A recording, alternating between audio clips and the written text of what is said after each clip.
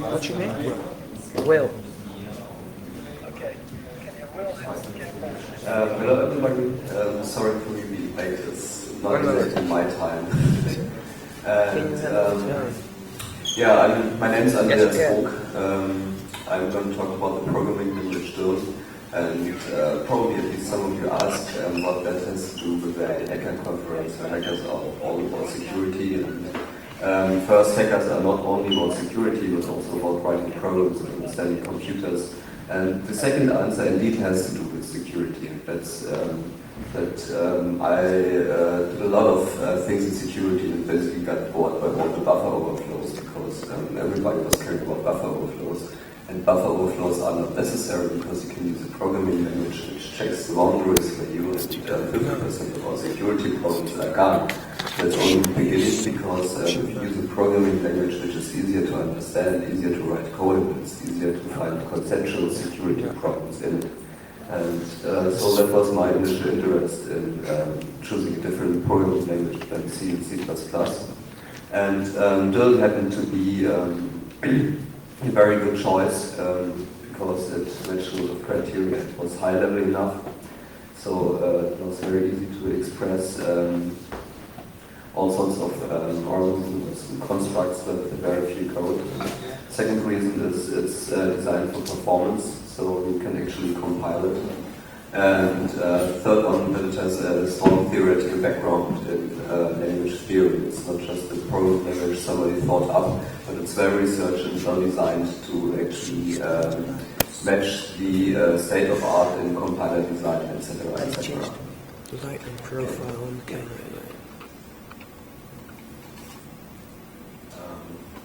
Should that you show it pictures?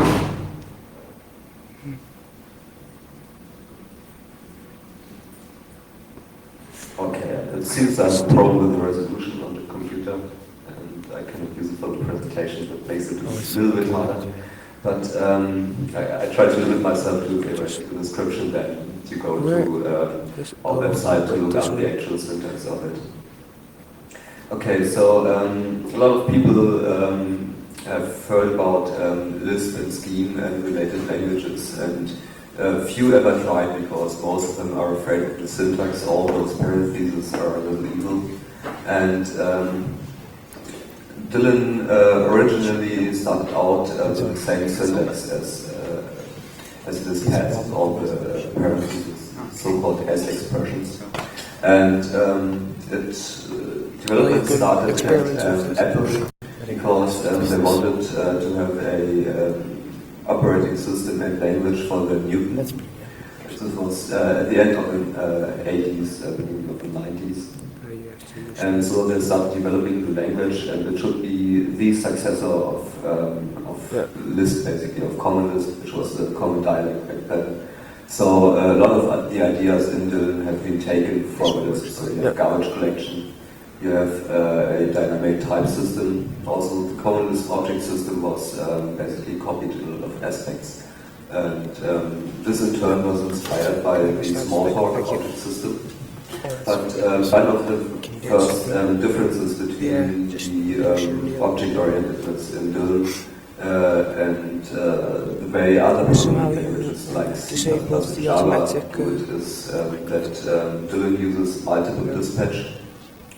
And that's a very important distinction because a lot of people think object-oriented programming is, oh, I have that data and I throw a bunch of methods into it and I have that block of code and data, and that's somehow my object and I talk to it. But that's not necessarily the right idea about object-oriented programming, because object-oriented programming basically means you have objects which represent state that you talk about. Those objects form a type system, so you have more generic types, more specific types. And you can do operations on the type system, and it looks at the actual type to figure out what to call. So you have in C++ a virtual message, you write object.method name, and it calls the method name for the right object, and it looks at the runtime. So the object that is there right at the moment the program runs decides which method to run. And the big difference is that in C++, that object is the only object whose type is checked, and the other parameters you pass to the function are not type checked at runtime, they're type checked at compile time, which is then called overloading. And Dylan basically unifies the notion of overloading and virtual functions into the generic functions. So you no longer write object.method, but you write method open parenthesis, object 1, object 2, object 3, and it actually looks at runtime at all the types of all the objects to figure out what method to run. And if you think about it, if you have used it for a time, you will find that the approach taken by C++, the single dispatch, and also by Java, is very limited, because often you cannot say what object the function belongs to, because conceptually it belongs to both. So if you have A plus B, then should plus be a method of A, or should it be a method of B? And the answer is it shouldn't be either of them. It should just plus should just be a method which is applicable to A and B. And this gives a much greater flexibility. Okay, but Dylan is not only an object-oriented language through its inheritance from Lisp, it also inherits all of the functional aspects of programming. That means functional programming basically means that functions are first-class objects as well. So you can take a function, pass it around as a parameter. You can concatenate functions. You can what is called currying, take a function and an argument and combine the two together to get a new function, which you then can pass around.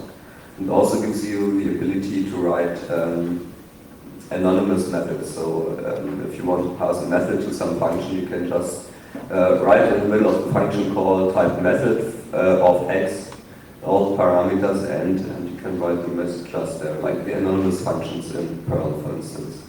But the big idea behind functional programming is to have expressions without side effects. So you're not doing a lot of assignments, a lot of global state changes, but you have expressions which do nothing but returning a value. And if you have that, it's very easy for the compiler to optimize your code. So it can move the code around if only the result value is interesting. You have no side effects, you have no time ordering in the expressions. So you can shuffle the expressions around to load the processor as good as possible. And you can do a lot of compile time analysis about the types of the objects you have, about calculations of the values. In some cases you can even reuse complex expressions using our subpoles to a constant. And Dylan is not a pure functional language. In a pure functional language, side effects are not allowed, so everything is written that way. But practice shows that pure functional languages are a little bit like a straitjacket when writing real programs, because for real programs you often want to use a mix of paradigms. You want to use object-oriented programming in some areas, you want to use functional programming in some areas, and you even might want to use imperative or logic programming in some other areas. So your language has to be flexible and support all of these paradigms. And so in Dylan, you have basic paradigms of object-orientedness. You have a dynamic object system. That means that all objects know at runtime what the type is. You can ask the objects for the type and do manipulations on them at runtime. We have the separation of methods and objects. So in C++, objects do a lot of things. For instance, they're also responsible for encapsulation. So you have objects first as their role in the type system. Then we have it as their role of aggregating code into modular units. And the next thing we see in C++ classes is encapsulation. And in reality, these things are distinct. And you often want to do things where there are separate classes, but they belong into the same encapsulation unit. Then it starts getting very messy. You have then friend classes and friend methods accessing each other, and public here and private there. And in Dylan, that is separated. You have classes which are solely responsible to form the type system of the language. And then for encapsulation, there are modules. Everything which is inside module can access everything else which is in the module.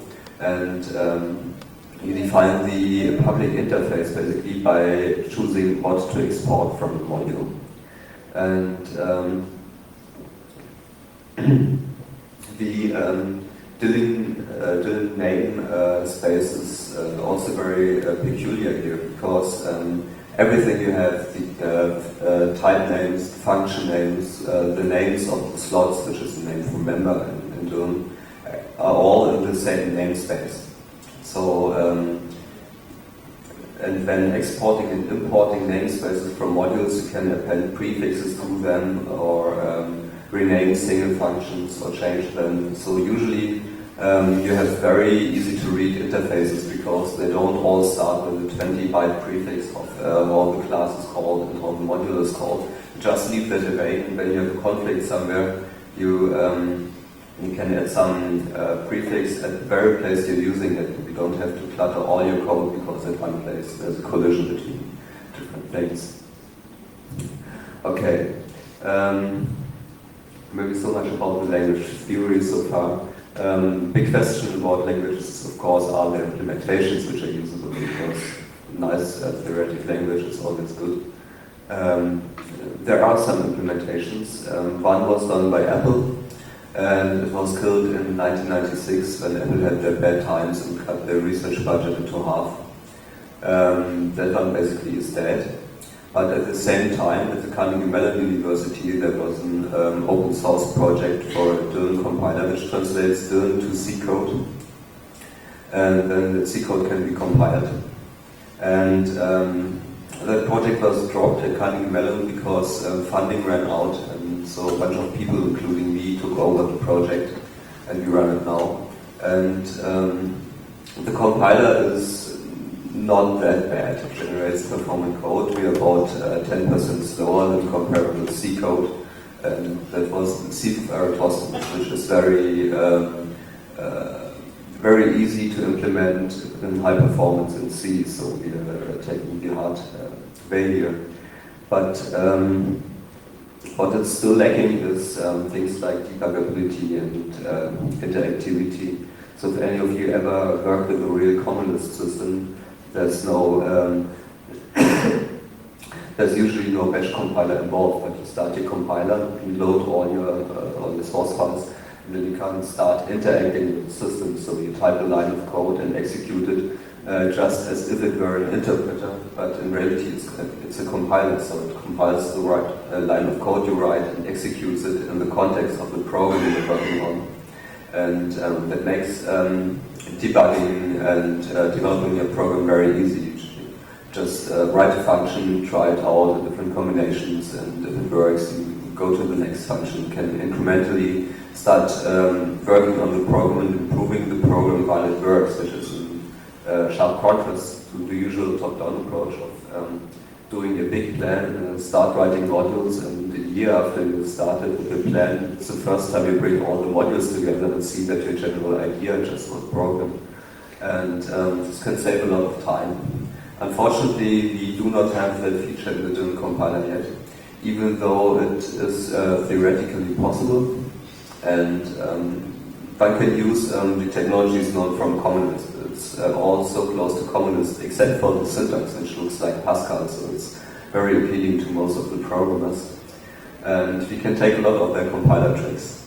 But there's another commercial compiler available for Dylan from a company called Functional Objects, which is an offspin of another company called Harlequin, who used to be well known for their Lisp compilers and offset printing software and intelligence analysis software. But they sold the intelligence analysis to Xanalysis and the Dylan part to Functional Objects, so it's just a bunch of guys now maintaining that compiler. And they have native backends. They do not generate C code, they generate native code.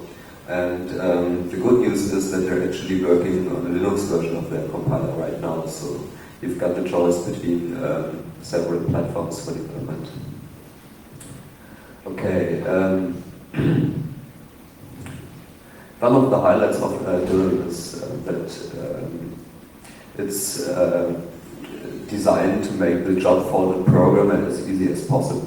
Every time there was a trade-off between making it hard for the compiler writer and making it hard for the user of the language, the trade-off was in the direction of the compiler writer, because that problem only has to be solved once, and then a lot of people will use the language for a lot of things.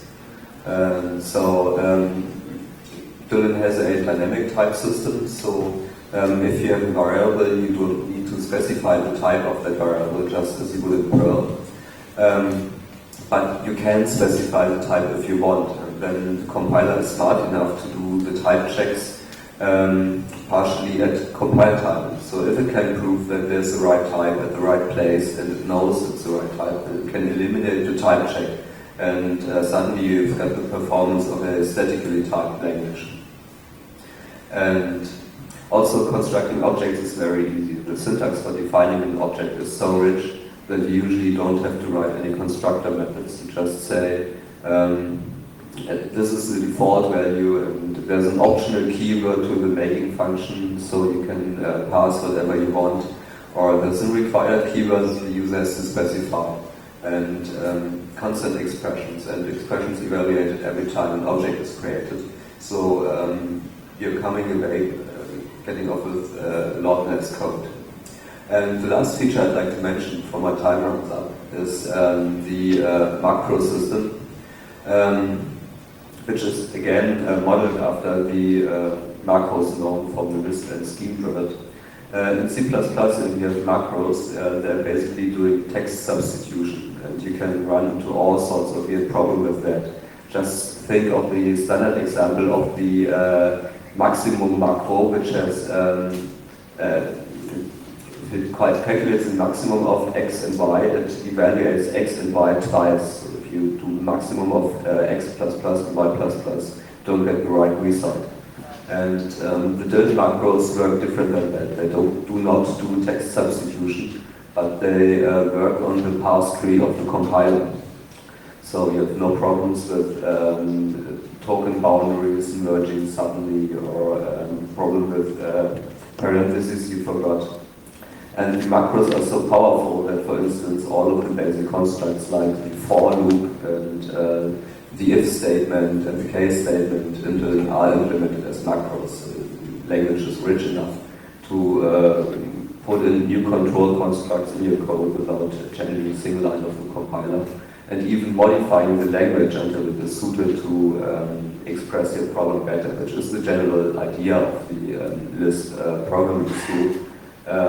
Design a language for implementing your problem is easier than the other way around. So if you can talk about the problem by writing the programming language for it, it's easier to solve. Okay, the homepage of our project is not easy to remember. It's www.gwydion.dylan.org.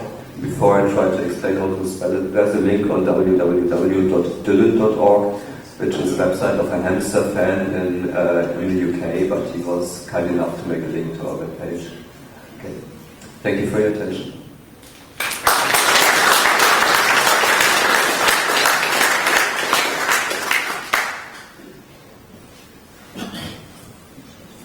Questions, everybody? You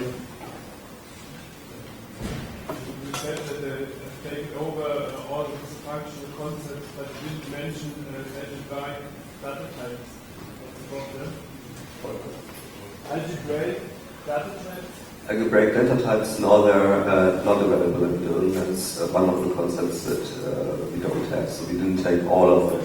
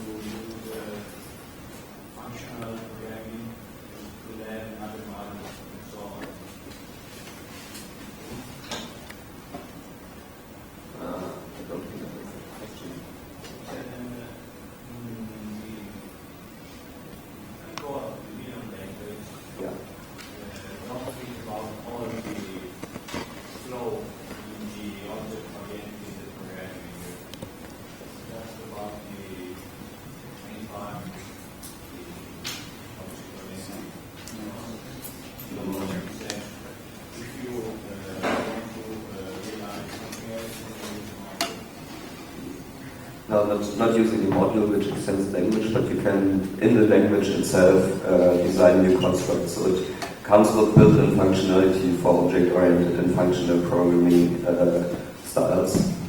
And you can extend the syntax using macros.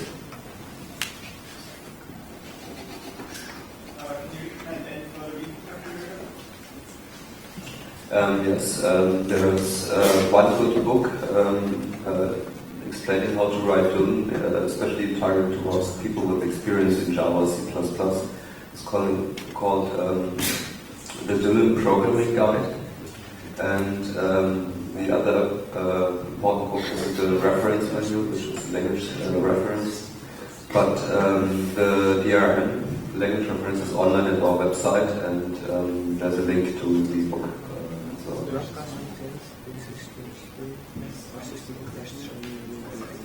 One more question, then we have to finish.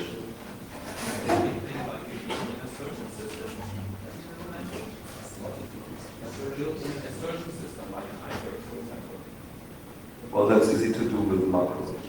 It depends, of course. Okay.